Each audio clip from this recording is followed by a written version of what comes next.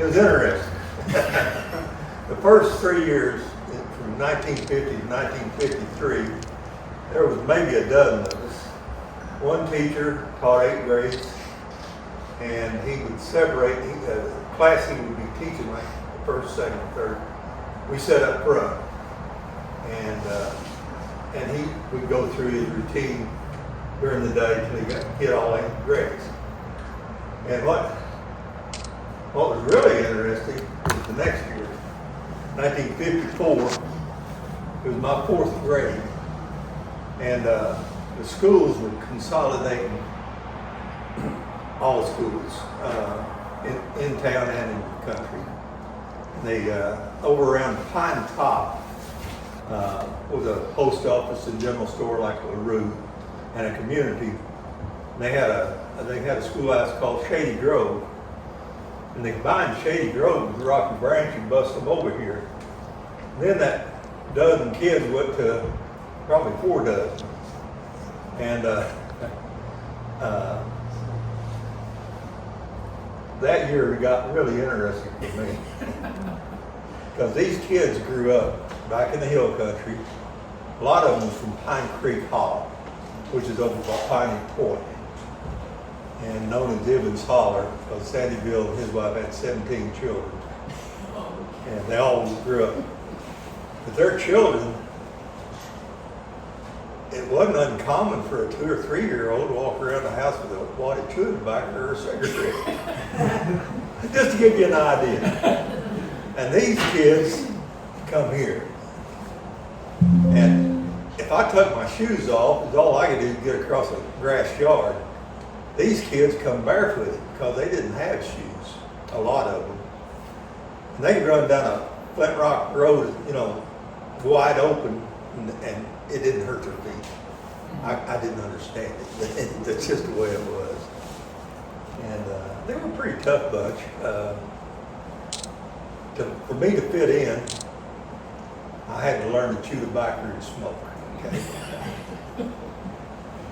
I could do the cigarettes. Of course, we kept them hid. And with the tobacco, I get sick. Oh, I get sick. So for me to fit in, I wanted to be part of this tough bunch. I'd find me some dead leaves, and I'd wad them dead leaves up, chew them up, and I could spit just like the rest of them. So I learned a few words I'd never heard before too. I learned what my right hand and left hand was designed to do a time or two too. But you had to protect yourself also. But yeah, the 4th grade, it was an education beyond the normal school activities, let's put it that way.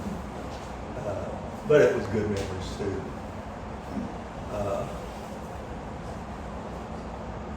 There was a creek, Rocky Branch Creek. It still runs in front of the schoolhouse, but it was further down in the Beaver Lake Basin, and it was right across the road from the schoolhouse.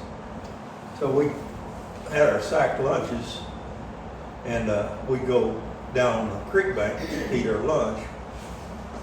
And I got really good at broad jumping the creek because you done it on a dare. But every now and then I'd miss. And of course it'd be wintertime. I got to sit by the stove a lot. You come in wet, you got to sit by the stove to dry out.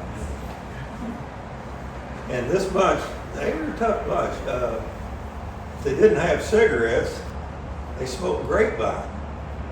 And a grapevine is what grows up a tree, for the ones that might not know. They would cut that up into cigars.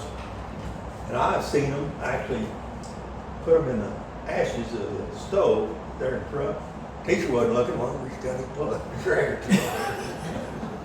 It made your tongue raw. I tried it. I wasn't tough enough for that either. But anyway, other than that, was just kind of a crazy thing that we done.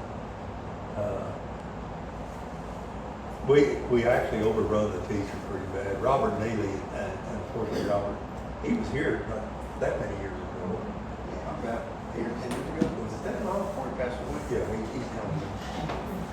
But it was a little He just got it a little bit overdone. And the desk back to the school, they got that round hole in them. And I believe that round hole was for ink wells. And I actually remember having one of those pens that you pull a little lever down on it, sucks the ink up in it, and you write with it.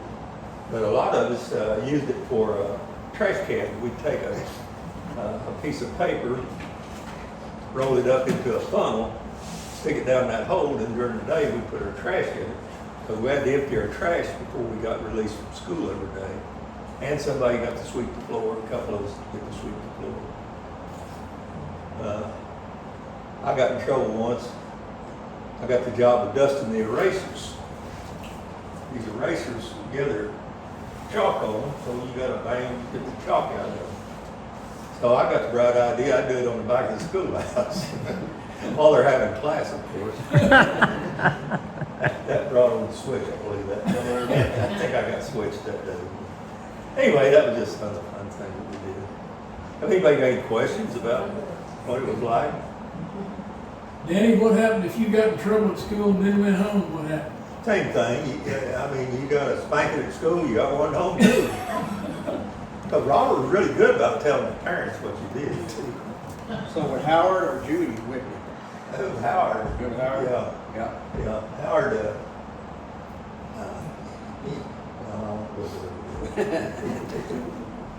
Hey Danny, what'd you eat for lunch? What'd you bring? peanut butter jelly sandwiches was pretty popular. Sometimes leftovers from the supper table that night. I remember one of the scraps I had, me and him turned out to be really good friends. His name was Jerry Evans. He was from Pine Creek Hollow. And I made no secret of I like chocolate pie. So we're sitting down on a creek bank having our lunch. And Jerry says, if somebody reaches over and hits me, I'll give them my chocolate pie. He did, right square in my face. Fight was on, man. Fight was on. But after that, me and Jerry got to be friends, and we grew up as teenagers running around Pine Creek Hollow and Birch Shed community.